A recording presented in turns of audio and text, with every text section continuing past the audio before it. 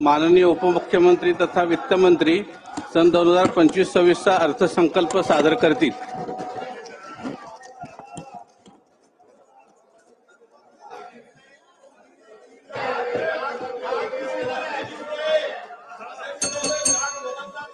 Budget ऐकायचं आहे ना?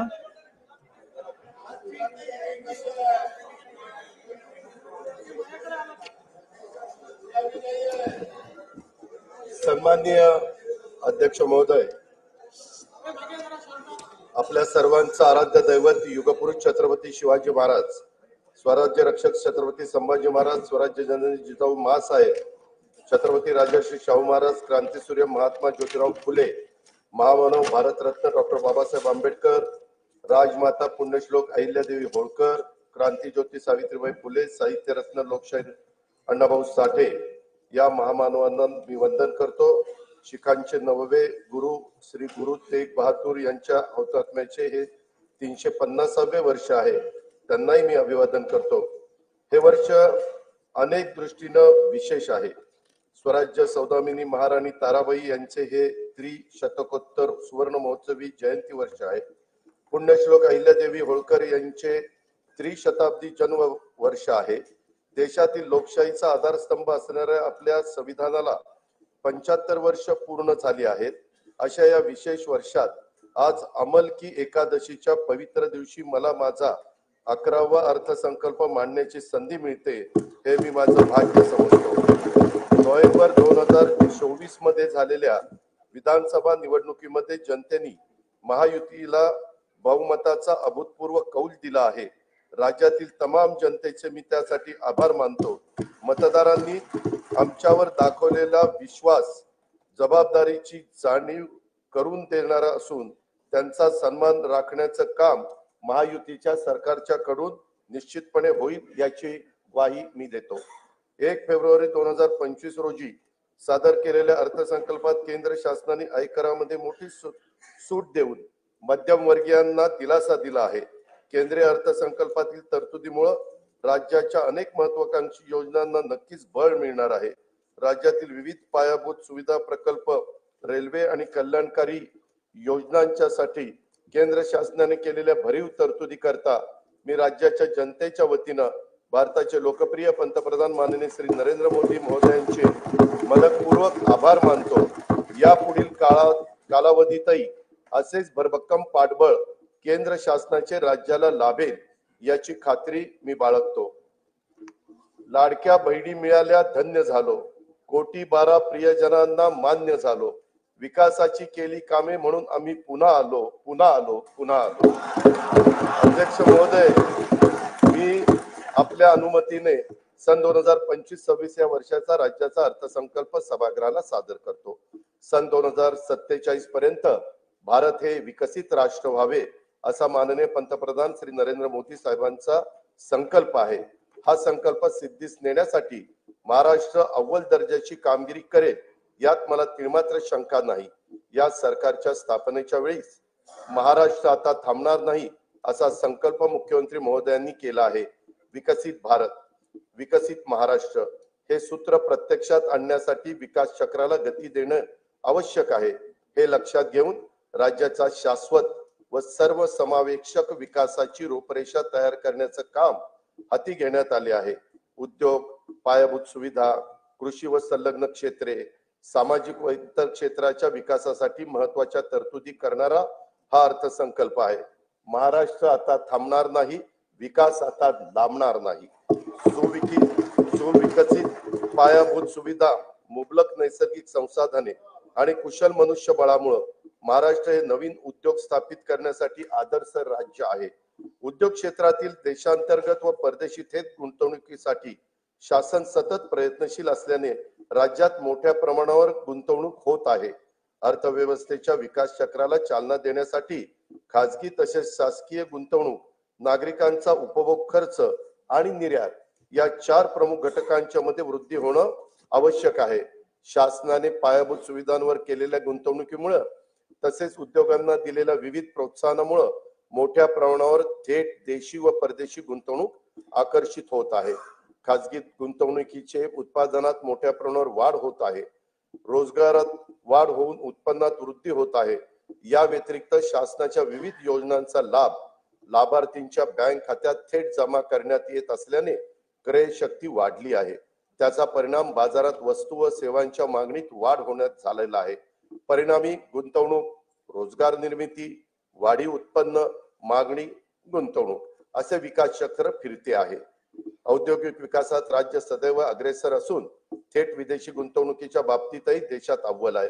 जानेवारी 2025 मध्ये दावोस येथे झालेल्या जागतिक आर्थिक परिषदेमध्ये राज्य शासनाद्वारे एकूण 56 कंपन्यांच्या सोबत सामंजस्य करार करण्यात आले। त्याद्वारे येत्या काळात 15,72,654 कोटी रुपयांची गुंतवणूक होणार आहे। त्यातून 16 लाख रोजगार निर्मिती होईल असा अंदाज आहे।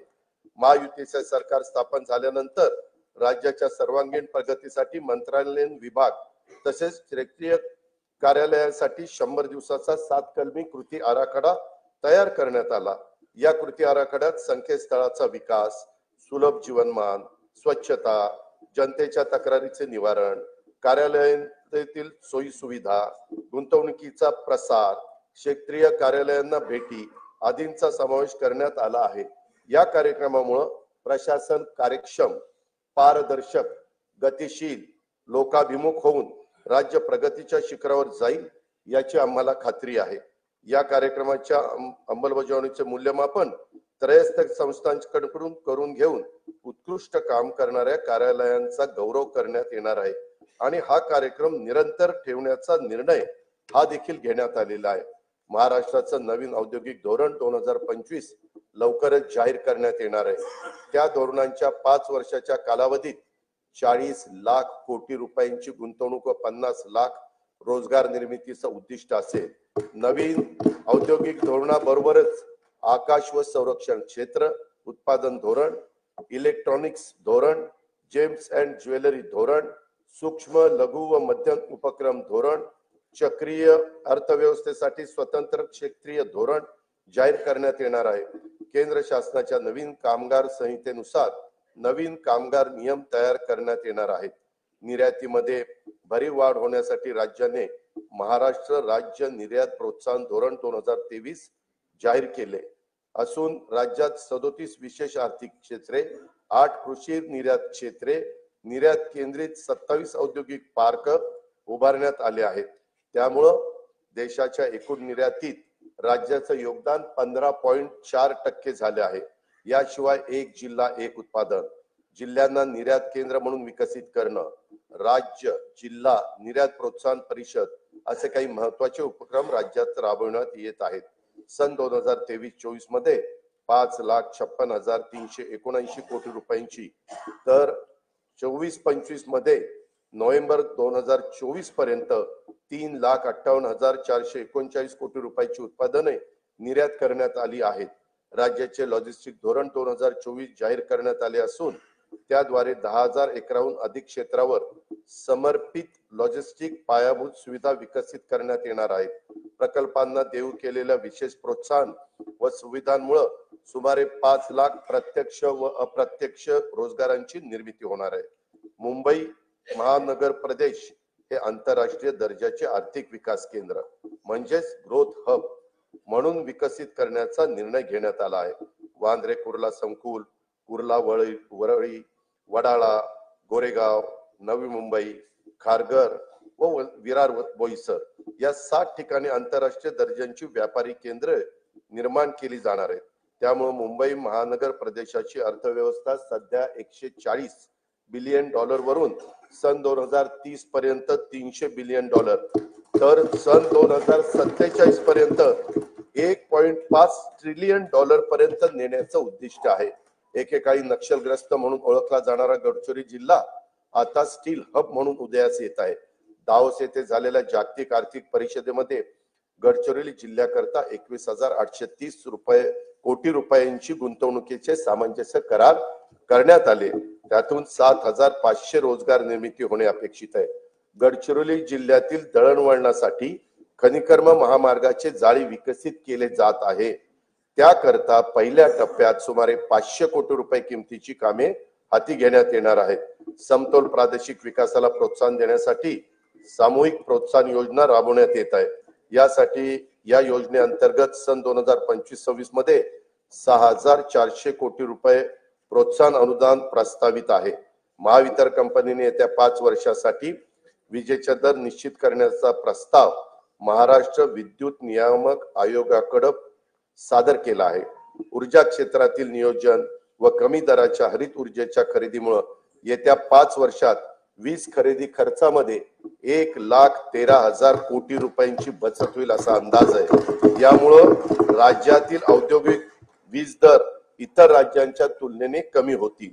बेंगळुरू मुंबई इंडस्ट्रियल कॉरिडॉर साठी भूसंपादनाची कारवाई सुरू असून या प्रकल्पामुळे राज्यातील अवर्षण प्रवण भागात उद्योगाची स्थापना होऊन रोजगार निर्मितीला चालना मिळेल। राज्याला तांत्रिक वस्त्रोद्योगाचं जागतिक केंद्र म्हणून विकसित करण्याकरता महाराष्ट्र टेक्निकल टेक्सटाईल मिशन ची स्थापना करण्यात येणार आहे। विदर्भातील कापूस उत्पादन शेतकऱ्यांना उत्पन्नात वाढ होण्यासाठी याचा उपयोग होईल। हातमाग विणकरांना प्रोत्साहन आणि सुविधा देण्यासाठी नागपूर येथे अर्बन हाट केंद्राची स्थापना करण्यात येणार आहे। गुंतवणूकदार आणि उद्योजकांना राज्यात व्यवसायासाठी अधिक पूरक परिसंस्था विकसित करण्याच्या उद्देशाने जुलै 2023 मध्ये महाराष्ट्र उद्योग व्यापार व गुंतवणूक सुविधा कायदा लागू करण्यात आला आहे। उद्योजकांना त्यांच्या उद्योगाचा विस्तार करण्यासाठी तसेच नवीन उद्योग स्थापन करण्यासाठी 17 विभागांच्याकडून देण्यात येणाऱ्या 141 सेवा आता मैत्री या संकेतस्थळामार्फत देण्यात येत आहे। आम्हावरी खिळले डोळे उद्याच्या पिढ्यांचे, आज स्वप्न बघतो आम्ही उद्याच्या दिसांचे। नवीन पिढीला रोजगारांच्या संधी उपलब्ध करून देण्यासाठी तसेच नव उपक्रमांमध्ये राज्य अग्रेसर व्हावे यासाठी नवी मुंबई येथे 250 एकर क्षेत्रावर नाविन्यता नगर इनोव्हेशन सिटी उभारण्यात येणार आहे।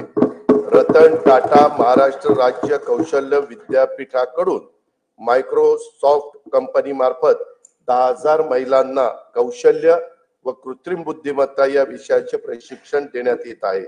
सन 2025-26 या वर्षाकरता कार्यक्रम खर्चाकरता उद्योग विभागास 1,021 कोटी रुपये, कामगार विभागास 171 कोटी रुपये, वस्त्रोद्योग विभागास 774 कोटी रुपये आणि कौशल्य रोजगार उद्योजकता आणि नाविन्यता विभागास 807 कोटी रुपयाचा नियतव्यय प्रस्तावित आहे। पायाभूत सुविधांच्या मध्ये 1 रुपयाची गुंतवणूक केली तर स्थूल राज्य उत्पन्नामध्ये 2.5 ते 3.5 रुपयांची वाढ होते। हे लक्षात घेऊन विमानचालन, रेल्वे, मेट्रो, महामार्ग, जलमार्ग, जलवाहतूक, बंदर विकास, सिंचन, ऊर्जा, परिवहन व दळणवळण येत्या क्षेत्रात येत्या 5 वर्षात विक्रमी गुंतवणूक करण्याचा शासनाचा निर्धार आहे। महाराष्ट्र सागरी विकास धोरण 2023 मध्ये बंदर विकासाकरता स्वामित्व धन, अकृषी कर, वीज शुल्क आणि मुद्रांक शुल्क यातून सूट देण्यात आली आहे। विजेसाठी औद्योगिक दर लागू करण्यात आला आहे। प्रवासी जलवाहतूक व किनारी पर्यटनाला चालना देण्यासाठी प्रवासी व बंदर करातून सूट देण्यात आली आहे। बंदराच्या करारांचा कमाल कालावधी देखील आता 90 वर्ष करण्यात आला आहे। जवाहरलाल नेहरू बंदर प्राधिकरण आणि महाराष्ट्र सागरी मंडळ हे संयुक्तरित्या पालघर जिल्ह्यात वाढवण बंदर विकसित करीत आहे। या प्रकल्पाचा एकूण खर्च 76,220 कोटी रुपये असून त्यात राज्य शासनाचा सहभाग 26% आहे। वाढवण बंदरामुळे 300 दशलक्ष मेट्रिक टन वार्षिक माल हाताळणी क्षमता निर्माण होणार आहे। जवाहरलाल नेहरू बंदराच्या सध्याच्या क्षमतेपेक्षा ती तिप्पट असणार आहे। सन 2030 पर्यंत नव्या बंदरातून माल वाहतूक सुरू होणे अपेक्षित आहे। या बंदराचा समावेश कंटेनर हाताळणी करणाऱ्या जगातील पहिल्या 10 बंदरामध्ये होणार असल्याने महाराष्ट्र राज्य भविष्यात सागरी दळणवळणातील महाशक्ती म्हणून उदयास येईल। वाढवण बंदराजवळ मुंबई विमानतळ प्रस्तावित असून मुंबई अहमदाबाद बुलेट ट्रेनचं स्थानकही या बंदराजवळ असणार आहे। हे बंदर समृद्धी महामार्गाला देखील जोडण्यात येणार आहे। पालघर जिल्ह्यात मौजे बुर्बे येथे बंदर निर्मितीच्या 4,259 कोटी रुपये किमतीच्या प्रकल्पास खासगी क्षेत्राच्या सहभागाने मंजुरी देण्यात आली आहे। गेटवे ऑफ इंडिया मुंबई येथून मांडवा एलिफंटापर्यंत सुरक्षित प्रवासाकरिता अत्याधुनिक सुविधायुक्त बोटींच्या साठी आर्थिक प्रोत्साहन देण्याचं धोरण जाहीर करण्यात येणार आहे. मुंबईचे गेटवे ऑफ इंडिया लगत रेडिओ क्लब येथे प्रवासी वाहतुकी करता सुसज्ज जेटीचे 229 कोटी 27 लाख रुपये किमतीचे काम सुरू आहे. दिघी जिल्हा रायगड, वेंगुर्ला जिल्हा सिंधुदुर्ग तसेच कालेर, डोंबिवली, कोलशेत, मीरा भाईंदर जिल्हा ठाणे येथील जेटींची कामे प्रगतीपथावर आहेत. काशीद जिल्हा रायगड येथे तरंगत्या जेटीचे काम लवकरच सुरू करण्यात येत आहे.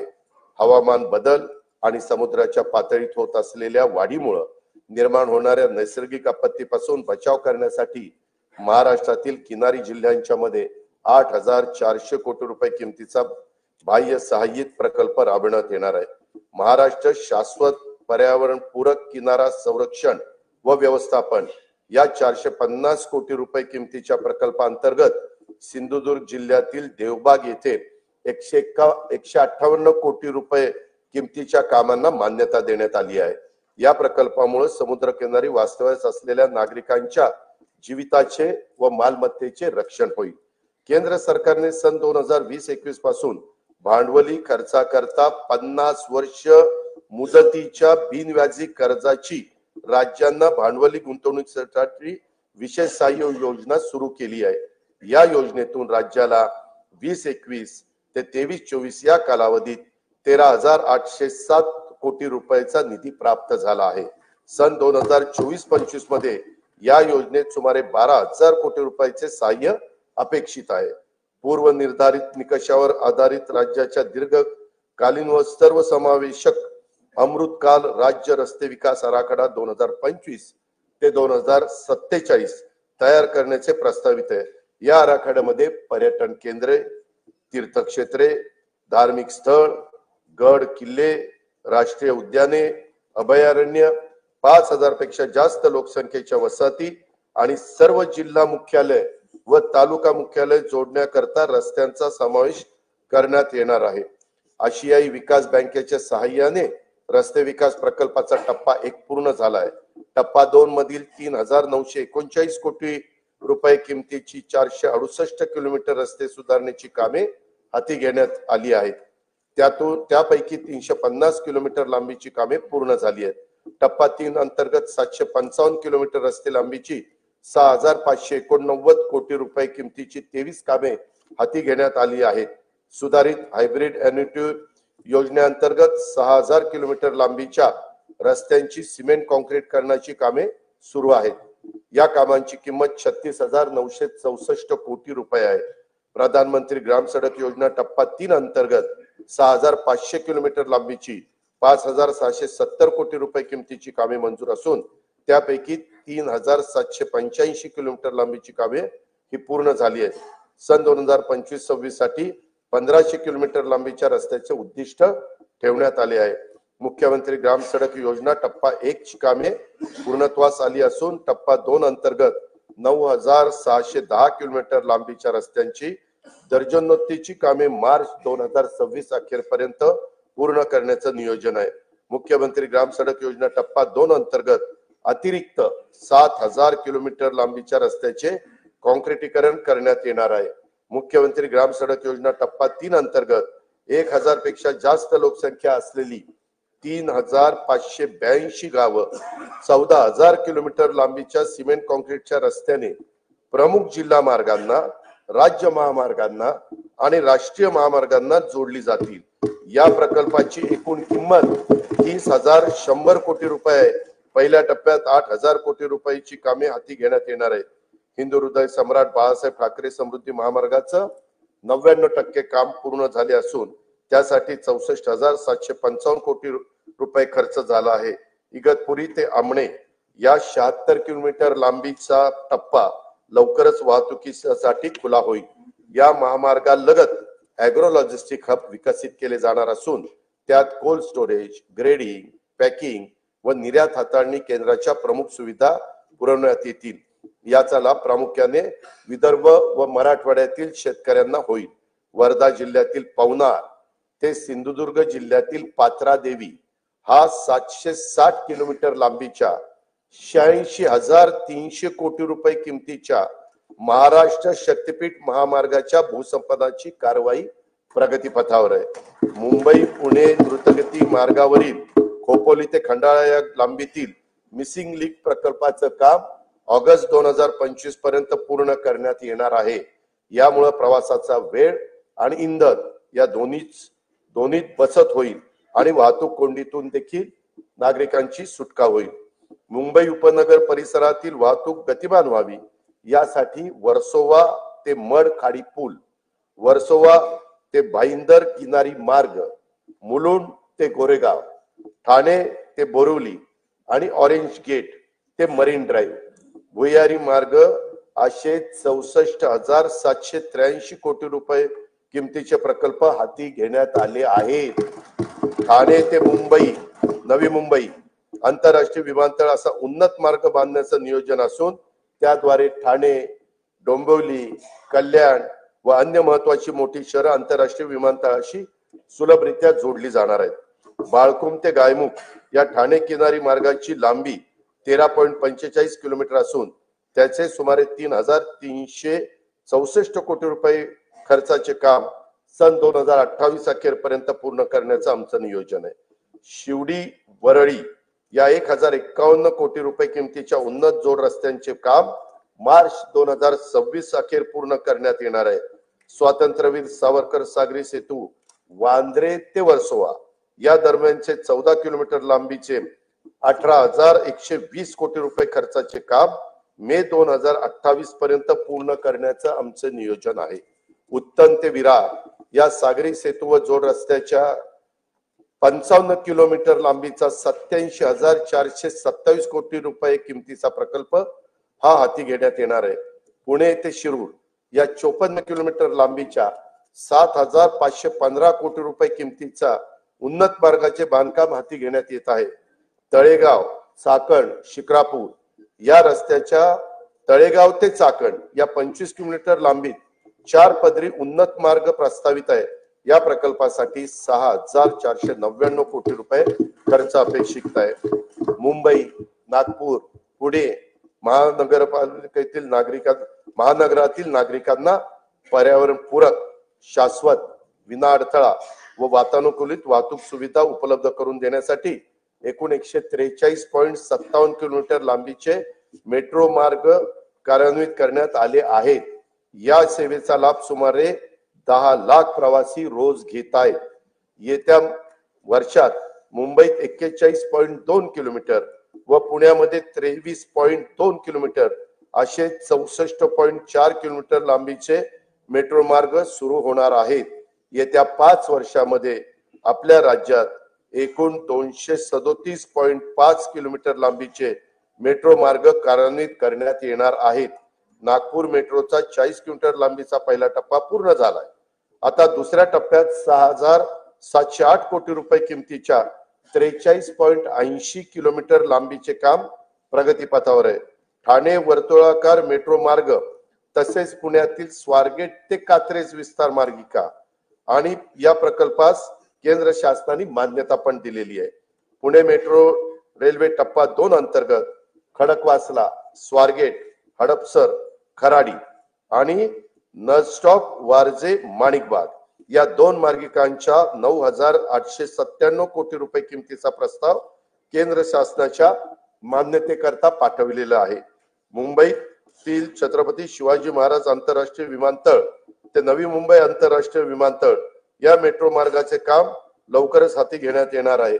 नवी मुंबईतील उल्वे येथे 1,160 हेक्टर क्षेत्रामध्ये नव्याने विकसित होत असलेल्या नवीन मुंबई आंतरराष्ट्रीय विमानतळाची दरवर्षी 90 दशलक्ष प्रवासी आणि 2.6 दशलक्ष टन माल वाहतुकीची क्षमता असणार आहे।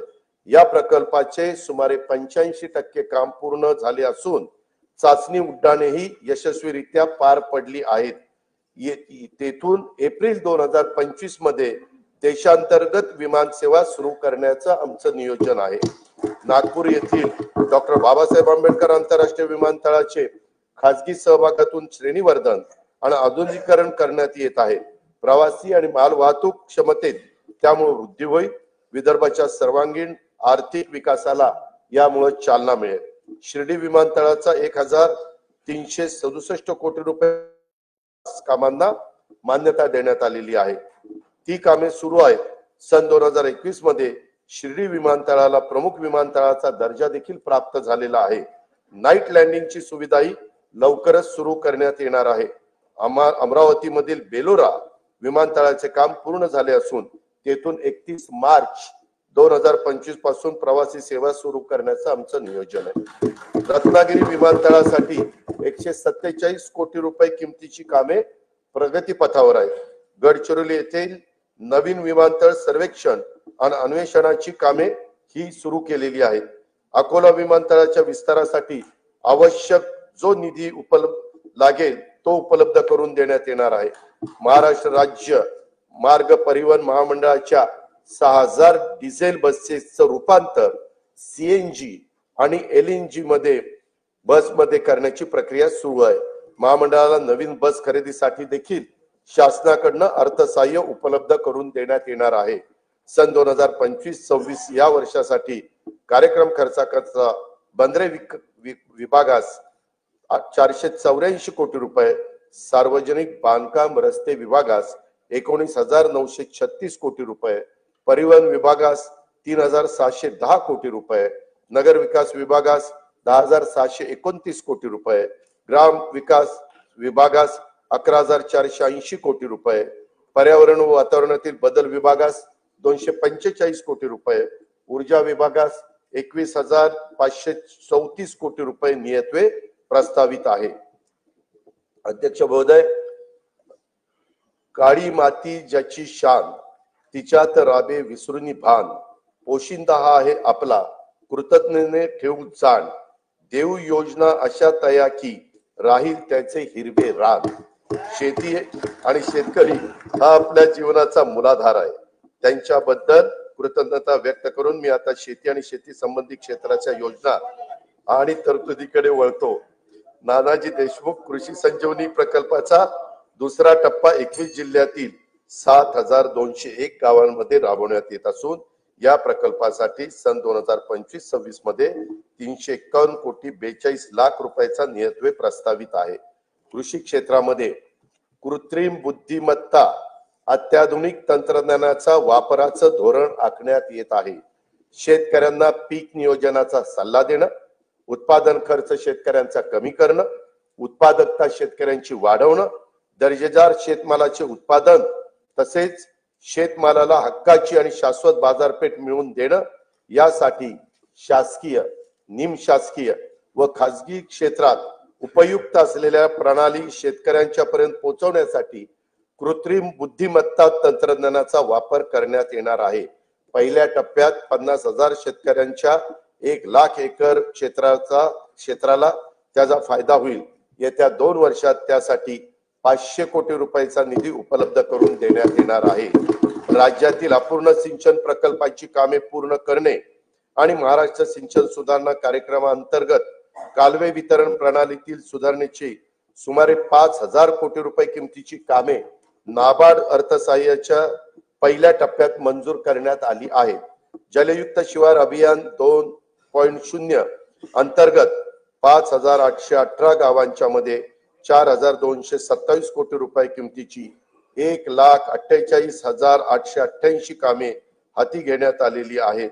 अभियानातील सर्व कामे मार्च 2026 पर्यंत पूर्ण करण्यात येणार आहेत.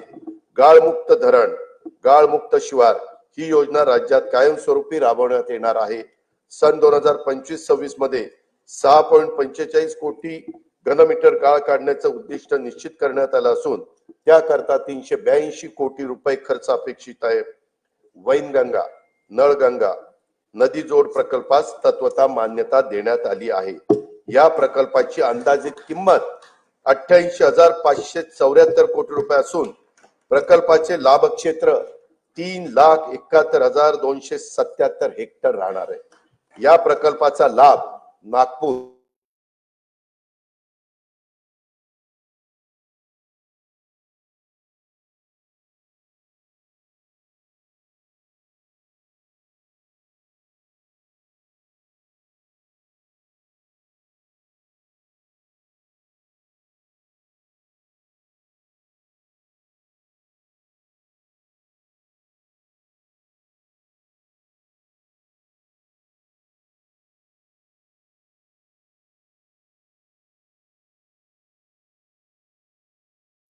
516 हेक्टर क्षेत्राला सिंचनाचा लाभ होणार आहे। या प्रकल्पाची अंदाजित किंमत 7,500 कोटी रुपये आहे। दमणगंगा एकदरे गोदावरी या नदीजोड प्रकल्पामुळे 3.55 टीएमसी पाणी उपलब्ध होणार असून त्यामुळे जायकवाडी धरणाच्या लाभ क्षेत्रातील 9,766 हेक्टर क्षेत्र पुनर्स्थापित होईल। नाशिक जिल्ह्यातील 2,987 हेक्टर क्षेत्राला देखील यामुळे सिंचनाचा लाभ होणार आहे। या प्रकल्पाची अंदाजित किंमत 2,300 कोटी रुपये आहे। शासनाचा महत्वाकांक्षी तापी महापुनर्भरण हा 19,300 कोटी रुपये किमतीचा सिंचन प्रकल्प हाती घेण्याचे ठरवले आहे। या प्रकल्पामुळे उत्तर महाराष्ट्र आणि पश्चिम विदर्भातील विशेषतः खारपान पट्ट्यातील शेतकऱ्यांच्या जीवनात आमूलाग्र बदल होऊन त्यांच्या उत्पन्नात वाढ होणार आहे। कोकणातील उल्हास आणि वैतरणा नद्यांच्या खोऱ्यातून 54.70 टीएमसी पाणी गोदावरी खोऱ्यामध्ये वळवण्याचा प्रकल्प हाती घेण्यात येणार आहे। यातून मराठवाड्याला 2,40,000 हेक्टर क्षेत्राच्या सिंचनासाठी पाणी उपलब्ध होईल। या प्रकल्पाचं पण सर्वेक्षणाचं आणि अन्वेषणाचं काम सुरू आहे। सांगली जिल्ह्यातील म्हैसाळ उपसा सिंचन योजनेसाठी 200 मेगावॉट क्षमतेच्या 1,594 कोटी रुपये किमतीच्या सौर ऊर्जा प्रकल्पाला मान्यता देण्यात आलेली आहे। गोसीखुर्द राष्ट्रीय प्रकल्पातून डिसेंबर 2024 अखेर 12,332 हेक्टर सिंचन क्षमता निर्माण झाली असून हा प्रकल्प जून 2026 पर्यंत पूर्ण करण्याचं नियोजन आहे। सन 2025-26 करता 1,460 कोटी रुपयाचा नियतव्यय याकरता प्रस्तावित आहे। उदंचन जलविद्युत प्रकल्पाद्वारे वीज निर्मिती व वीज वापराचे संतुलन साधून सुरळीत वीज पुरवठा करणं शक्य होतं। सार्वजनिक खाजगी भागीदारीद्वारे राज्यातील 38 उदंचन जलविद्युत प्रकल्पासाठी सामंजस्य करार करण्यात आले असून त्यातून 2.95 लाख कोटी रुपयाची गुंतवणूक व 90,000 रोजगार निर्माण होणार आहेत। मुख्यमंत्री बळीराजा मोफत वीज योजनेअंतर्गत 7.5 हॉर्स पॉवर पर्यंतच्या 45 लाख कृषी पंपांना मोफत वीज पुरवण्यात येत आहे। डिसेंबर 2024 अखेर 7,978 कोटी रुपयांची वीज सवलत या योजनेच्या द्वारे देण्यात आली आहे। केंद्र शासनाच्या राष्ट्रीय नैसर्गिक शेती अभियानांतर्गत 2,13,625 लाभार्थी शेतकऱ्यांना येत्या 2 वर्षासाठी 255 कोटी रुपयाचा निधी उपलब्ध करून देण्यात येणार आहे। ग्रामपंचायत स्तरावर स्वयंचलित हवामान केंद्र उभारण्यात येणार आहेत, त्यासाठी देखील आवश्यक तो निधी उपलब्ध करून देण्यात येईल। राज्यातील सर्व नगरपालिका क्षेत्रातील सांडपाण्यावर प्रक्रिया करून त्या पाण्याचा वापर उद्योग आणि शेतीसाठी करण्यात येणार आहे। त्यासाठी 8,200 कोटी रुपये किमतीचे प्रकल्प हाती घेण्यात येणार आहेत। राज्यातील बांबू उत्पादक शेतकऱ्यांना प्रोत्साहन देणे, बांबूला बाजारपेठ उपलब्ध करून देणे आणि बांबू आधारित उद्योगांना चालना देण्यासाठी राज्यात 4,300 कोटी रुपये किमतीच्या बांबू लागवड प्रकल्प राबवण्यात येणार आहे। संयुक्त राष्ट्र संघाने सन 2025 हे वर्ष आंतरराष्ट्रीय सहकार वर्ष म्हणून घोषित केले आहे। त्या अनुषंगाने राज्यात विविध कार्यक्रम महोत्सव आयोजित करण्यात येणार असून त्यासाठी पुरेसा निधी देखील उपलब्ध करून देण्यात येईल।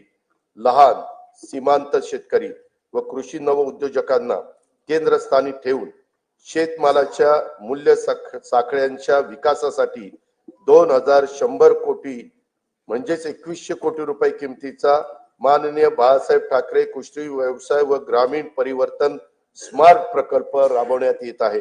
नवीन तंत्रज्ञानाचा वापर करून राज्य शाश्वत उच्च मूल्य असलेल्या कृषी व्यवसायाचे केंद्र व्हावे यासाठी Maharashtra agri business network magnet 2.0 हा सुमारे 2100 कोटी रुपयाचा बाह्य सहाय्यित प्रकल्प राबवण्यात येणार आहे। देशी गायींचे संगोपन, संवर्धन आणि संशोधनासाठी देवलापार जिल्हा नागपूर येथे गौ विज्ञान अनुसंधान केंद्रास सहाय्य केले जाईल। नवी मुंबईत महामुंबई आंतरराष्ट्रीय बाजार, मुंबईत मरोळ मध्ये आंतरराष्ट्रीय मत्स्य बाजार तसेच आरमोरी जिल्हा गडचिरोली येथे रेशीम कोष खरेदी विक्री बाजारपेठ स्थापन करण्यात येणार आहे। ज्या तालुक्यामध्ये बाजार समिती अस्तित्वात नाही तेथे किमान एक स्वतंत्र बाजार समिती स्थापन करण्याचं ठरवण्यात आले। त्यासाठी एक तालुका एक बाजार समिती योजना राबवण्यात येणार आहे। कृषी क्षेत्रातील 16,000 मेगावॉट विजेची मागणी हरित ऊर्जेतून पूर्ण करण्याचे उद्दिष्ट ठेवण्यात आले आहे। शेतकऱ्यांना दिवसा विश्वासार्ह वीज पुरवठा करणं शक्य व्हावं यासाठी 27 जिल्ह्यांच्या मध्ये मुख्यमंत्री सौर कृषी वाहिनी योजना 2.0 मधून 2779 विद्युत उपकेंद्रासाठी सौर प्रकल्प हाती घेण्यात आले असून ते ऑक्टोबर 2026 पर्यंत पूर्ण होणार आहेत। जानेवारी 2024 पासून आतापर्यंत 2,90,129 सौर कृषी पंप स्थापित करण्यात आले आहेत। सध्या प्रत्येक दिवशी 1000 पंप या गतीने सौर कृषी पंपाची स्थापना करण्यात येत आहे। बी बियाणं, यंत्रसामुग्री, खते आणि शेतमालाच्या वाहतुकीसाठी महत्वाच्या असलेल्या शेत व पाणंद रस्त्याच्या बांधणीसाठी बळीराजा शेत व पाणंद रस्ते रामटेकच्या धर्तीवर ही योजना सुरू करण्यात येणार आहे। सन 2025-26 या वर्षासाठी कार्यक्रम खर्चाकरता कृषी विभागाला 9,710 कोटी रुपये, पशुसंवर्धन, दुग्ध विकास व मत्स्य व्यवसाय विकास विभागाला 635 कोटी रुपये, फलोत्पादन विभागाला 708 कोटी रुपये, मृद व जलसंधारण विभागाला 4,247 कोटी रुपये, जलसंपदा व खारभूमी विभागाला 16,456 कोटी रुपये, मदत व पुनर्वसन विभागाला 638 कोटी रुपये, रोजगार हमी योजना विभागाला 2,205 कोटी रुपये, सहकार व पणन विभागाला 1,178 कोटी रुपये, अन्न नागरी पुरवठा विभागाला 526 कोटी रुपयाचा नियतव्यय प्रस्तावित आहे। महिला, बालके, युवक, गरीब व वंचित घटकांवर लक्ष केंद्रित करून त्यांच्यासाठी अन्न सुरक्षा, निवारा, पिण्याचे शुद्ध पाणी, आरोग्य सेवा, शिक्षण सुविधा आणि रोजगार स्वयंरोजगाराच्या संधी उपलब्ध करून त्याद्वारे सर्वसामान्य माणसांच्या जीवनात गुणात्मक बदल घडवण्यासाठी राज्यात लोककल्याणकारी योजनांची अंमलबजावणी करण्यात येत आहे। त्या दृष्टीने राज्याचे आरोग्य आणि ज्येष्ठ नागरिक धोरण हे जाहीर करण्यात येणार आहे। सर्वांसाठी घरे हे उद्दिष्ट येत्या 5 वर्षात साध्य करण्याचे राज्याचे नवीन गृहनिर्माण धोरण लवकरच जाहीर करण्यात येणार आहे। राज्यात प्रधानमंत्री आवास योजना, पीएम जनमन या केंद्र पुरस्कृत तर रमाई आवास, शबरी आवास, आदिम आवास, पारधी आवास, अटल बांधकाम कामगार वसाहत, यशवंतराव चव्हाण मुक्त वसाहत, पुण्यश्लोक अहिल्यादेवी होळकर आवास, मोदी आवास तसेच धर्मवीर आनंद दिघे घरकुल या योजना राबवण्यात येत आहेत। त्या अंतर्गत आतापर्यंत 44,07,000 घरकुलं मंजूर करण्यात आली आहे। प्रधानमंत्री आवास योजना ग्रामीण टप्पा 2 अंतर्गत सन 2024-25 करता 20 लाख घरकुलांच्या उद्दिष्टापैकी सुमारे 18,38,000 घरकुलांना मंजुरी दिली असून 14,71,000 लाभार्थींना पहिल्या हप्त्यासाठी 2,200 कोटी रुपये वितरित करण्यात आले आहेत। ही योजना राबवण्यात महाराष्ट्र देशात प्रथम क्रमांकावर आहे। लोकप्रतिनिधी आणि लाभार्थींच्या मागणीला प्रतिसाद म्हणून राज्य सरकारकडून या योजनेच्या अनुदानात 50,000 रुपयाची वाढ करण्यात येणार आहे। या सर्व घरकुलांच्या छतावर सौर ऊर्जा संच देखील बसवले जाणार आहेत। प्रधानमंत्री आवास योजना शहरी 1 अंतर्गत 4,42,748 घरकुलं मंजूर असून त्यापैकी 2,08,304 घरकुलांचे बांधकाम हे पूर्ण झाले आहे। घरकुलांचे बांधकाम 31 डिसेंबर 2025 पर्यंत पूर्ण करण्यात येणार आहे। प्रधानमंत्री आवास योजना शहरी 2.0 अंतर्गत पुढील 5 वर्षासाठी 5 लाख घरकुलांचे उद्दिष्ट असून त्यासाठी 8,100 कोटी रुपयाचा निधी उपलब्ध करून देण्यात येणार आहे। नाविन्यपूर्ण बांधकाम, तंत्रज्ञानाचा वापर, हरित इमारती आणि सौर प्रणालीच्या वापरासाठी अधिकचे अनुदान देण्यात येणार आहे। पंतप्रधान सूर्यघर योजनेतून आतापर्यंत 1,30,000 घरगुती ग्राहकांनी 500 मेगावॉट पेक्षा जास्त क्षमतेचे छतावरचे सौर ऊर्जा संच स्थापित केले असून त्यांना आतापर्यंत 1000 कोटी रुपयांच्या पेक्षा जास्त अनुदानाचा लाभ देण्यात आला आहे. 0 ते 100 युनिट वीज वापरणाऱ्या सुमारे 1.5 कोटी वीज ग्राहकांना छतावरील सौर ऊर्जा संच खरेदीसाठी अनुदान देण्याची योजना राज्य सरकारकडून सुरू करण्यात येणार असून या योजनेमुळे येत्या काही काळात राज्यातील सुमारे 70% वीज ग्राहकांचे वीज बिल टप्प्याटप्प्याने शून्यावर येणार आहे. सातारा जिल्ह्यातील मान्याची वाडी व टेकवडी या गावांना सौरग्राम म्हणून घोषित केले असून त्यांच्यासह अन्य 8 गावांचे सौर ऊर्जेचे 100% विद्युतीकरण करण्यात येणार आहे. वैद्यकीय महाविद्यालय आणि आरोग्य संस्थांसह राज्यातील सर्व शासकीय कार्यालयामध्ये सौर विद्युत यंत्रणा स्थापित करण्यात येणार आहे. राज्यातील 52,500 रास्त दुकानामधील ई पॉस मशीन इलेक्ट्रॉनिक्स वजन काट्यांना जोडण्यात येत आहे. राष्ट्रीय अन्न सुरक्षा योजनेअंतर्गत सप्लाय चेन ब्लॉक चेन तंत्रज्ञान वापरून स्वस्त धान्याची वाहतूक व वितरण प्रणाली अधिक पारदर्शक व कार्यक्षम करण्यात येणार आहे.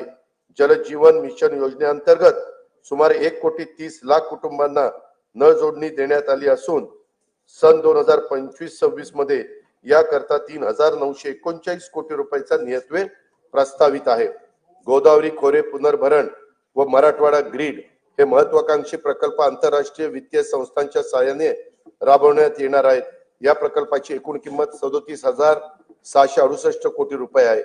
स्वच्छ भारत अभियान ग्रामीण टप्पा 2 अंतर्गत घनकचरा, सांडपाणी व प्लास्टिक कचरा व्यवस्थापन, सार्वजनिक स्वच्छता संकुल तसेच घरगुती स्वच्छता गृहांची कामे हाती घेण्यात आली असून 2025-26 मध्ये त्याकरता 1,484 कोटी रुपयाचा नियतव्यय प्रस्तावित आहे. प्रत्येक व्यक्तीला त्याच्या घरापासून 5 किलोमीटर परिघात दर्जेदार प्राथमिक आरोग्य सेवा उपलब्ध व्हावी यासाठी विशेष कार्यक्रम हाती घेण्यात येणार आहे. आयुष्यमान भारत प्रधानमंत्री जन आरोग्य योजनेची ओळखपत्रे कालबद्ध पद्धतीने वितरित करण्यात येणार असून महात्मा फुले जन आरोग्य योजने अंगीकृत रुग्णालयाच्या संख्येत आवश्यकतेनुसार वाढ करण्यात येणार आहे. ठाणे येथे 200 खाटांचे तर रत्नागिरी जिल्ह्यात 100 खाटांचे संदर्भ सेवा रुग्णालय आणि रायगड जिल्ह्यात 200 खाटांचे अतिविशेषोपचार रुग्णालय उभारण्यात येत आहे. स्वर्गीय बाबा आमटे आणि साधनाताई आमटे यांनी स्थापन केलेल्या महारोगी सेवा समितीच्या अमृत महोत्सवी वर्षाच्या निमित्तानं आनंदवनला देण्यात येणाऱ्या प्रतिरुग्ण पुनर्वसन अनुदानात भरीव वाढ करण्यात येणार आहे. राज्यातील मागासवर्ग व दुर्बल घटकांच्यासाठी निवारा, वीज, पाणी, आरोग्य, शिक्षण, पोषण तसेच रोजगाराच्यासाठी योजना राबवण्यात राज्य अग्रेसर असून महायुती सरकार या घटकांचा जीवनस्तर उंचवण्यासाठी कटिबद्ध आहे. का आम्हा सत्ता मिळाली जाण आहे, का आम्हा सत्ता मिळाली जाण आहे, करायचे काय याचे भान आहे. साथ द्या आम्हा नेऊ राज्य पुढती, उंच त्याची न्यावयाची शान आहे.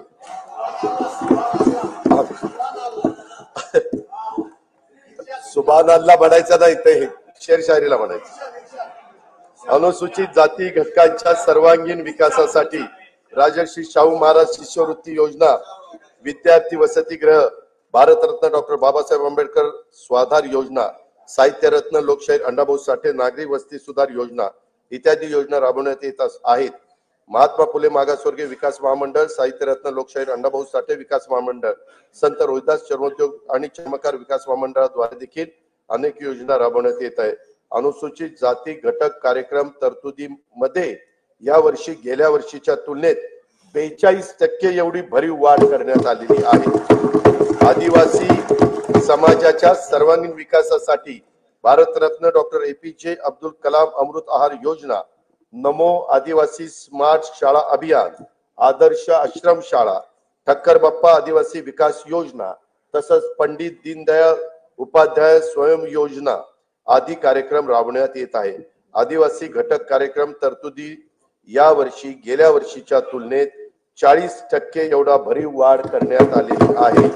इतर मागासवर्ग, विमुक्त जाती, भटक्या जमाती तसेच विशेष मागास प्रवर्गातील समाजाच्या सर्वांगीण विकासासाठी ऊसतोड कामगारांच्या मुलांसाठी आश्रमशाळा, विद्यानिकेतन, क्रांतीज्योती सावित्रीबाई फुले शिष्यवृत्ती योजना, डॉक्टर पंजाबराव देशमुख वसतिगृह योजना, तांडा वस्तीमुक्त वसाहत योजना आदी कार्यक्रम राबवण्यात येत आहेत.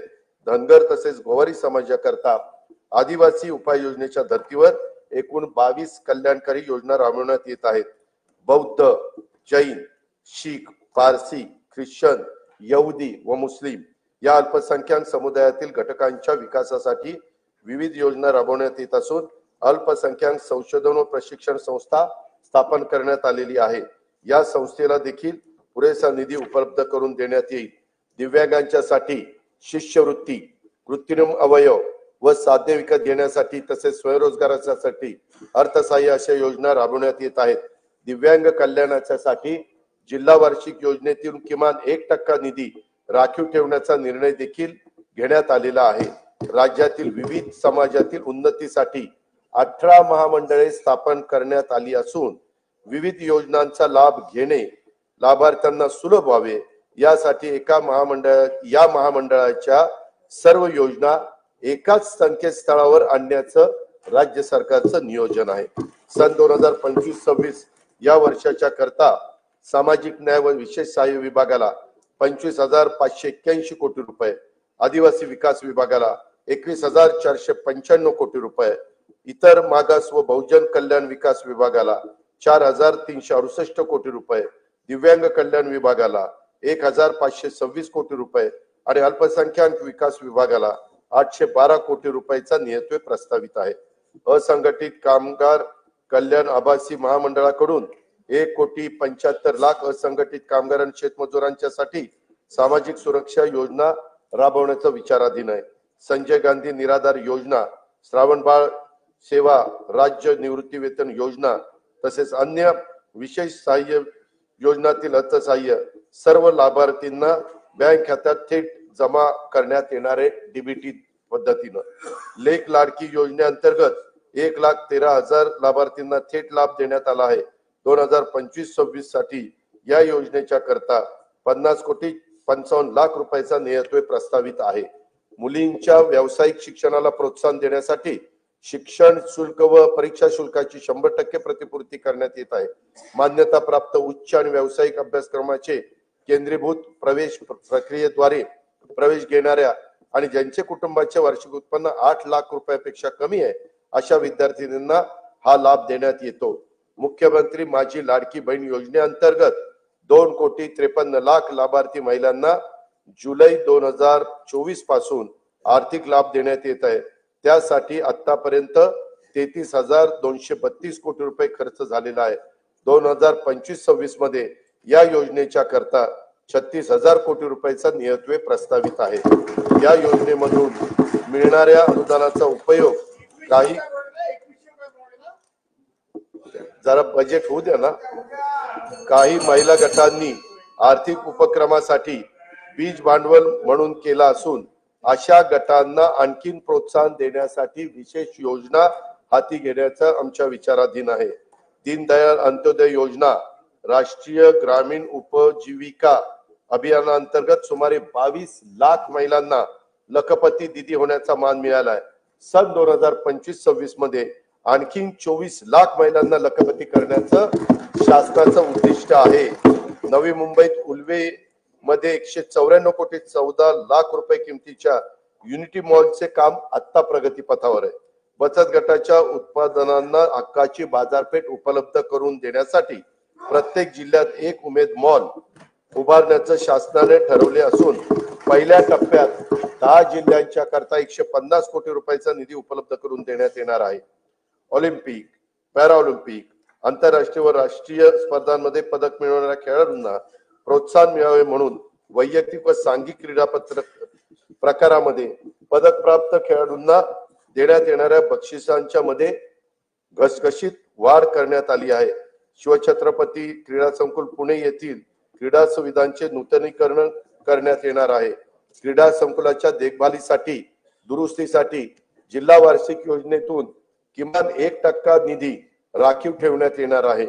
छत्रपती शिवाजी महाराज चषक, कबड्डी तसेच व्हॉलीबॉल स्पर्धा स्वर्गीय खाशाबा जाधव चषक कुस्ती स्पर्धा, भाई नेरुरकर चषक खो खो स्पर्धा या 4 राज्यस्तरीय क्रीडा स्पर्धेत देण्यात येणारे अनुदान हे 75 लाखावरून 1 कोटी रुपये करण्यात येणार आहे. सन 2025-26 या वर्षाकरता कार्यक्रम खर्चाकरता गृहनिर्माण विभागाला 1246 कोटी 55 लाख रुपये, पाणी पुरवठा व स्वच्छता विभागाला 3875 कोटी रुपये, सार्वजनिक आरोग्य विभागाला 3827 कोटी रुपये, उच्च व तंत्र शिक्षण विभागाला 3098 कोटी रुपये, वैद्यकीय शिक्षण व औषधी द्रव्य विभागाला 2574 कोटी रुपये, महिला व बाल विकास विभागाला 31,907 कोटी रुपये, शालेय शिक्षण व क्रीडा विभागाला 3,496 कोटी रुपये नियतवे प्रस्तावित आहेत.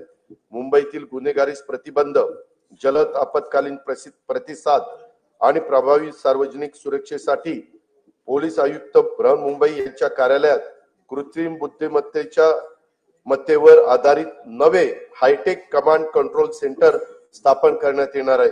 गुन्ह्यातील पुरावा शास्त्रोक्त पद्धतीने गोळा करून त्याचा विश्लेषणाद्वारे दोषसिद्धीचे प्रमाण वाढवण्यास मदत व्हावी यासाठी 21 पथदर्शी फिरती न्यायवैद्यक वाहने लोकार्पित करण्यात आली आहेत. सायबर सुरक्षा संदर्भात तज्ञ मनुष्यबळांचा पुरवठा करण्यासाठी महाराष्ट्र सायबर गुन्हे सुरक्षा महामंडळ स्थापित करण्यात येणार आहे. घरबांधणी अग्रिमाची मागणी करणाऱ्या पोलीस दलातील सर्व अधिकारी व कर्मचाऱ्यांना अग्रिम देणे शक्य व्हावे यासाठी आवश्यक ती तरतूद करण्यात येणार आहे. राज्यात एकूण 18 नवीन न्यायालयाची स्थापना करण्यात आली आहे. त्यामध्ये दर्यापूर जिल्हा अमरावती, पौड, इंदापूर आणि जुन्नर जिल्हा पुणे, पैठण, गंगापूर जिल्हा छत्रपती संभाजीनगर, आर्वी जिल्हा वर्धा, काटोल जिल्हा नागपूर, वणी जिल्हा यवतमाळ, तुळजापूर जिल्हा धाराशिव आणि तसेच हिंगोली जिल्ह्याच्या ठिकाणी न्यायालयाचा ह्याच्यामध्ये समावेश आहे. सन 2025-26 या वर्षाच्या कार्यक्रम खर्चाकरता गृह पोलीस विभागास 2,237 कोटी रुपये, उत्पादन शुल्क विभागाला 153 कोटी रुपये, विधी व न्याय विभागाला 759 कोटी रुपये व महाराष्ट्र विधानमंडळ सचिवालयास 547 कोटी रुपये नियतवे प्रस्तावित आहे. मुख्यमंत्री शाश्वत समृद्ध पंचायत राज अभियान राज्यात राबवण्यात येणार असून त्यात भाग घेणाऱ्या अत्युत्कृष्ट ग्रामपंचायतींना तालुका पातळीवर राज्य स्तरापर्यंत पुरस्कार देण्याचे प्रस्तावित आहे. राज्यात सध्या राबविण्यात येत असलेल्या योजनांचे मूल्यमापन करून त्यांचे सुसूत्रीकरण तसेच साधन संपत्तीच्या स्रोताचा अभ्यास करून त्यामध्ये वाढ करण्याचे उपाय सुचवण्यासाठी उच्चस्तरीय समिती स्थापन करण्यात आली असून या समितीच्या शिफारसी विचारात घेऊन योजनांची अधिक प्रभावी अंमलबजावणी करण्यासाठी उपाययोजना करण्यात येणार आहे. सन 2025-26 या वर्षासाठी कार्यक्रम खर्चाकरता नियोजन विभागाला 9,060 कोटी रुपये 60 कोटी 45 लाख रुपये, वित्त विभागाला 208 कोटी रुपये, महसूल आणि वन विभागाला 2,981 कोटी रुपयाचा नियतवे प्रस्तावित आहे. महाराष्ट्राला निसर्गरम्य समुद्र किनारा, प्राचीन लेण्या, गड किल्ले, घनदाट वनसंपदा असा समृद्ध वारसा लाभला. पर्यटन क्षेत्रात खासगी गुंतवणुकीसाठी उत्साहवर्धक आणि अनुकूल वातावरण निर्माण करण्याकरता पर्यटन धोरण 2024 जाहीर करण्यात आले असून येत्या 10 वर्षात पर्यटन क्षेत्राला 1 लाख कोटी रुपयाची गुंतवणूक आकर्षित करण्याचे उद्दिष्ट ठेवण्यात आले आहे. राज्याचे आरोग्य पर्यटन धोरण देखील अध्यक्ष महोदय आखण्यात येत आहे. मुघलांच्या नजरकैदेतून आग्र्यातून सुटका हा शिवचरित्रातील प्रेरणादायी प्रसंग आहे. छत्रपती शिवाजी महाराज नजरकैदेत होते, तेथे भव्य स्मारक उभारण्याचं राज्य सरकारने ठरवलेलं आहे. त्यासाठी उत्तर प्रदेश शासनाच्या सहकार्याने जागा उपलब्ध करून घेण्यात येईल आणि त्याच्यामध्ये तशा प्रकारचं त्या भव्य स्मारक उभारण्यात येईल. येणाऱ्या पिढ्यांना शिवरायांच्या स्फूर्तिदायी चरित्राची ओळख अद्ययावत तंत्रज्ञानाच्या आधारे करून देण्यासाठी पुणे शहरातील आंबेगाव येथे 4 टप्प्यात भव्य शिवसृष्टी प्रकल्प उभारण्यात येत आहे. त्यातील 2 टप्प्याचं काम पूर्ण झालेलं आहे. उर्वरित काम गती होण्यासाठी राज्य सरकारकडून आणखी 50 कोटी रुपयाचा निधी उपलब्ध करून देण्यात येणार आहे. छत्रपती शिवरायांनी स्थापन केलेल्या स्वराज्याच्या रक्षण आणि विस्तारासाठी जीवन समर्पित केलेल्या, असीम शौर्य आणि धैर्याने लढलेल्या, सर्व लढायात विजयश्री मिळवणाऱ्या छत्रपती संभाजी महाराजांच्या पराक्रमाच्या खुणा महाराष्ट्रात जिथे आहेत त्या कोकणातील संगमेश्वर हे एक ठिकाण आहे. औरंगजेबाच्या महाकाय सेनेशी महाराजांनी बोटावर मोजता येतील एवढ्या शूर मावळ्यांना सोबत घेऊन येथेच पराक्रमाची शर्थ केली. स्वराज्याच्या साठी प्राणाची आहुती देणाऱ्या स्वाभिमानी राज्याच्या पराक्रमाची स्मृती कायमस्वरूपी जपण्यासाठी संगमेश्वर येथे त्यांचं भव्य स्मारक उभारण्याची घोषणा मी त्या ठिकाणी करतो. छत्रपती संभाजी महाराजांचे पवित्र बलिदान स्थळ असलेल्या मौजे तुळापूर व समाधी स्थळ मौजे वडू बुद्रुक येथे त्यांचं भव्य स्मारकाचं काम अतिशय जोरात प्रगतीपथावर आहे. दरवर्षी एका प्रेरणादायी गीताला छत्रपती संभाजी महाराज राज्य प्रेरणा गीत पुरस्कार प्रदान करण्याचा निर्णय देखील शासनाने घेतला आणि तो अंमलबजावणी केली. छत्रपती संभाजी महाराज की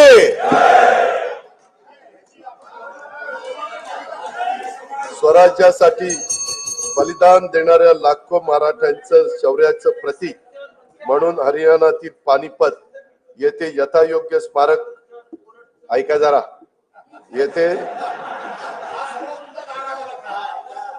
हरियाणातील पानिपत येथे यथायोग्य स्मारक उभारण्याचा निर्णय आम्ही घेतलेला आहे.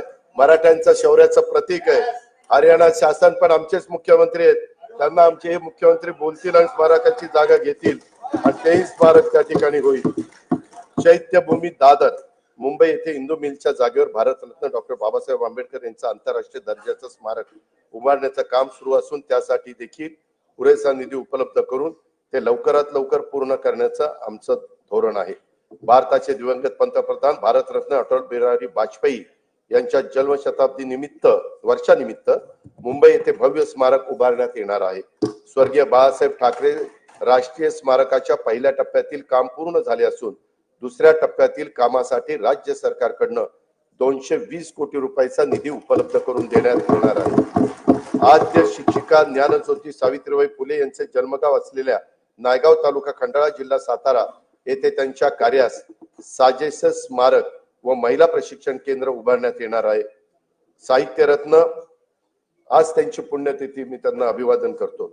साहित्यरत्न लोकशाही अण्णाभाऊ साठे यांचे जन्मस्थळ वाटेगाव तालुका वाळवा जिल्हा सांगली येथे स्मारकासाठी तसेच त्यांचे नावे प्रस्तावित चिरागनगर मुंबई येथील संशोधन प्रशिक्षण संस्थेसाठी पुरेसा निधी उपलब्ध करून देण्यात येणार आहे.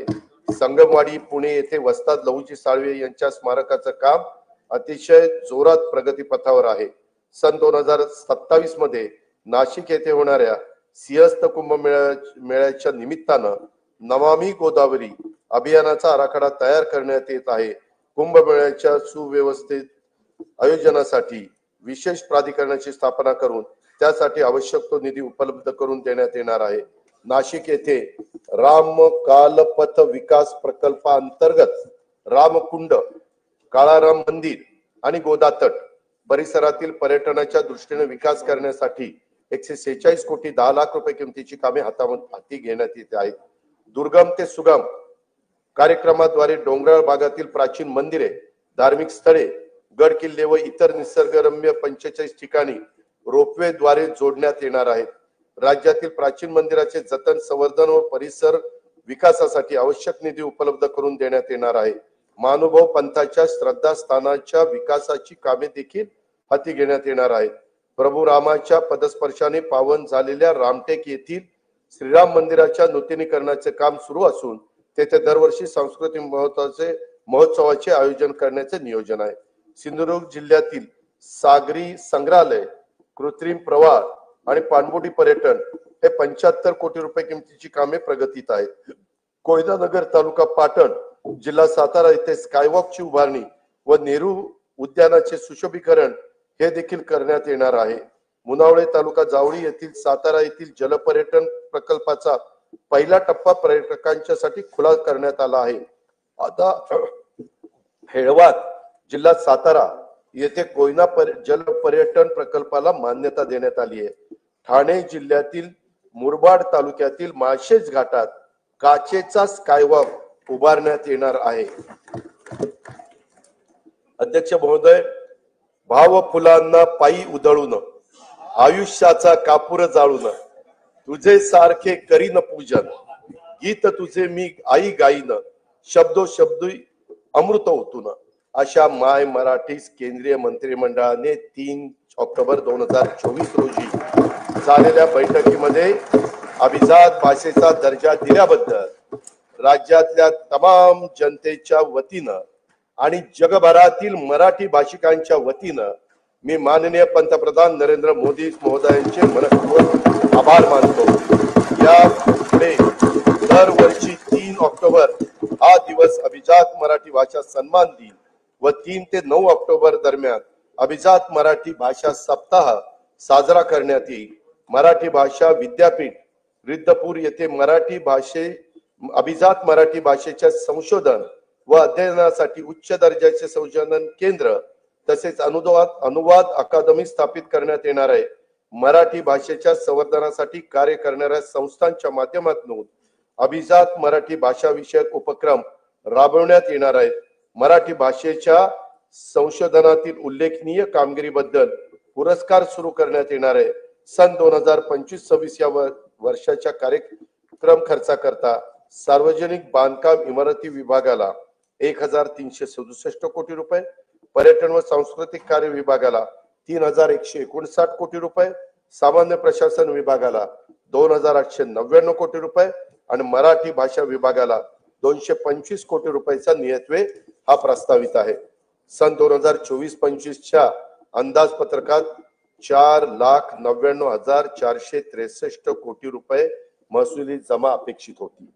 महसुली जमेचे सुधारित अंदाज 5,36,463 कोटी रुपये निश्चित करण्यात आले. सन 2024-25 च्या एकूण खर्चाचा अर्थसंकल्पीय अंदाज 6,12,293 कोटी रुपये व सुधारित अंदाज 6,72,030 कोटी रुपये असून भांडवली व कल्याणकारी योजनांवरील खर्चात झालेल्या वाढीमुळे सन 2024-25 या वर्षाच्या एकूण खर्चाच्या सुधारित अंदाजात ही वाढ झालेली आहे.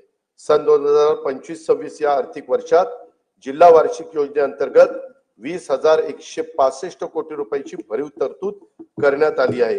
गेल्या वर्षीच्या तुलनेत 2,000 कोटी रुपयांनी ही तरतूद वाढवलेली आहे. सन 2025-26 मध्ये कार्यक्रम खर्चाकरता रक्कम 2,54,560 कोटी रुपये निश्चित करण्यात आले असून त्यामध्ये अनुसूचित जाती घटक कार्यक्रमासाठी 22,668 कोटी रुपये तर आदिवासी घटक कार्यक्रमासाठी 21,495 कोटी रुपयाचा नियतव्यय प्रस्तावित आहे. नियतव्ययचा समावेश आहे. सन 2025-26 च्या अर्थसंकल्पामध्ये एकूण खर्चासाठी 7,20,00,000 कोटी रुपयाची तरतूद केली आहे. सन 2025-26 च्या अर्थसंकल्पामध्ये महसुली जमा 5,60,964 कोटी रुपये व महसुली खर्च 6,06,855 कोटी रुपये अंदाजित आहे. परिणामी 45,891 कोटी रुपये अंदाजित तूट येत आहे. राजकोषीय सुधारणांमध्ये राज्य नेहमीच अग्रेसर राहिले आहे. राजकोषीय उत्तरदायित्व व वित्तीय व्यवस्थापन कायद्यानुसार राज्याच्या राजकोषीय तूट स्थूल राज्य उत्पन्नाच्या 3% कमी ठेवण्यात शासन यशस्वी झाले आहे. तसेच राज्याची महसुली तूट ही सातत्याने स्थूल राज्याच्या उत्पन्नाच्या 1% कमी राहिलेली आहे. 25-26 ची राजकोषीय तूट 1,36,235 कोटी रुपये. यानंतर अध्यक्ष महोदय, मी अर्थसंकल्पाच्या भाग 2 कडे त्या ठिकाणी वळतो. अध्यक्ष महोदय, मी आता अर्थसंकल्पाचा तुला गरज आहे पाण्याची. मी आता अर्थसंकल्पाचा भाग 2 माननीय सभागृहासमोर सादर करीत आहे. सन 2024-25 या आर्थिक वर्षासाठी राज्याच्या स्वतःच्या कर महसुलाचे अर्थसंकल्पीय उद्दिष्ट 3,43,040 कोटी रुपये एवढे निश्चित करण्यात आले होते. सन 2024-25 या आर्थिक वर्षासाठी राज्याचा स्वतःचा कर महसुलाचा सुधारित अंदाज 3,67,467 कोटी रुपये एवढा प्रस्तावित करण्यात येत आहे. 25-26 या आर्थिक वर्षासाठी राज्याच्या स्वतःच्या कर महसुलात अर्थसंकल्पीय उद्दिष्ट 3,87,674 कोटी रुपये एवढे प्रस्तावित आहे। वस्तू व सेवा कर कायदा लागू करण्यापूर्वी राज्य कर विभागातर्फे राबवण्यात आलेल्या विविध कायद्यानुसार सार्वजनिक क्षेत्रातील उपक्रमाकडे असलेली थकबाकीची तडजोड करण्यासाठी मी अभय योजना जाहीर करत आहे। सदर अभय योजनेचे नाव महाराष्ट्र कर व्याज शास्ती किंवा विलंब शुल्क सार्वजनिक क्षेत्रातील कंपन्यांची प्रदेय असलेल्या यांच्या थकबाकीची तडजोड करण्यासाठी अधिनियम 2025 असे असेल। या अभय योजनेचा कालावधी प्रस्तावित कायदा लागू झाल्याच्या दिनांकापासून दिनांक 31 डिसेंबर 2025 पर्यंत असेल। सध्या व्यक्तिगत मालकीच्या परिवहनेतर 4 चाकी CNG व LPG वाहनांवर वाहन प्रकार आणि किमतीनुसार 7 ते 9% दराने मोटार वाहन कराची आकारणी केली जाते। या कराच्या दरामध्ये 1% वाढ प्रस्तावित करीत आहे। सदर वाढीमुळे राज्याला 25-26 मध्ये 150 कोटी रुपयाचा अतिरिक्त महसूल मिळणे अपेक्षित आहे। राज्यात 30 लाखापेक्षा अधिक किमतीच्या इलेक्ट्रॉनिक वाहनांवर 6% दराने मोटार वाहन कराची आकारणी करण्याचे प्रस्तावित आहे। मोटार वाहन कराची कमाल मर्यादा ही 20 लाखाची होती, ती आता 30 लाख रुपये करण्याचे प्रस्तावित आहे। कमाल मर्यादेत प्रस्तावित वाढीमुळे 2025-26 मध्ये राज्याला सुमारे 170 कोटी रुपयाचा अतिरिक्त महसूल मिळेल असे अपेक्षित आहे। बांधकामासाठी वापरल्या जाणाऱ्या क्रेन्स, कॉम्प्रेसर, प्रोजेक्टर्स आणि एक्सकेव्हेटर्स या प्रकारातील वाहनांना अनिवार्यपणे एक रकमी वाहनाच्या किमतीच्या 60% दराने मोटार वाहन कर आकारण्याचं प्रस्तावित आहे। प्रस्तावित मोटार वाहन कर सुधारणेमुळे 2025-26 मध्ये राज्याला सुमारे 180 कोटी रुपयाचा अतिरिक्त महसूल मिळणे अपेक्षित आहे। राज्यात 7,500 किलो वजनाच्या माल वाहतूक करणाऱ्या हलक्या वाहनांवर, ज्याला आपण LGV म्हणतो, अनिवार्य एक रकमी वाहनांच्या किमतीत 60% दराने मोटार वाहन कर आकारण्याचे प्रस्तावित करीत आहे।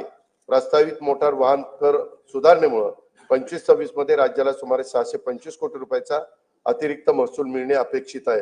महाराष्ट्र मुद्रांक अधिनियम कलम 4 नुसार एकाच व्यवहाराच्या पूर्ततेसाठी एकापेक्षा जास्त दस्तावेजांचा वापर केल्यास पूरक दस्तावेजांना ₹100 ऐवजी ₹500 इतकी मुद्रांक शुल्क आकारण्याचे प्रस्तावित आहे।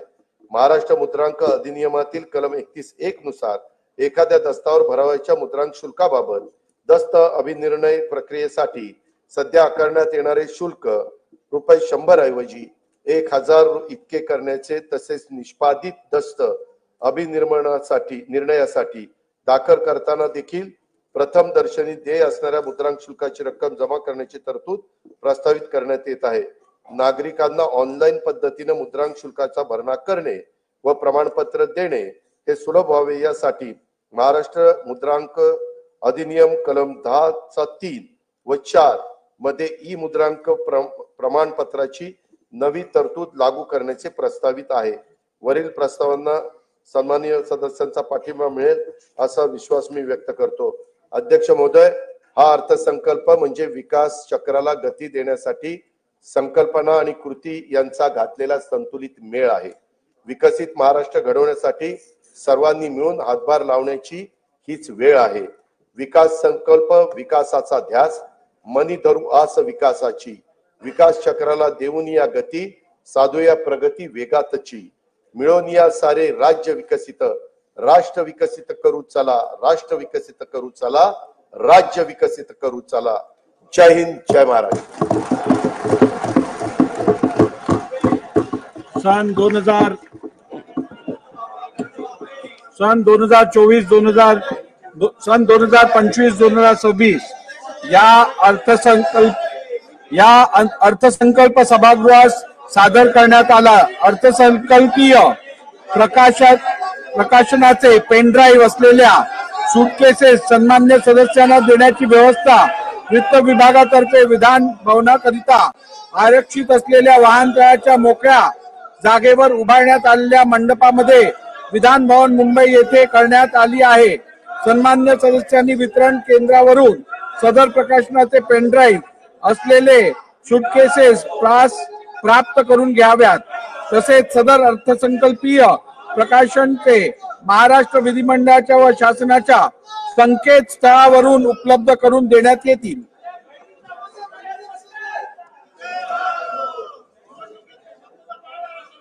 सभागृहाची बैठक आता स्थगित होत आहे. मंगळवार दिनांक 11 मार्च 2025 रोजी सकाळी 11 वाजता सभागृहाची बैठक भरेल.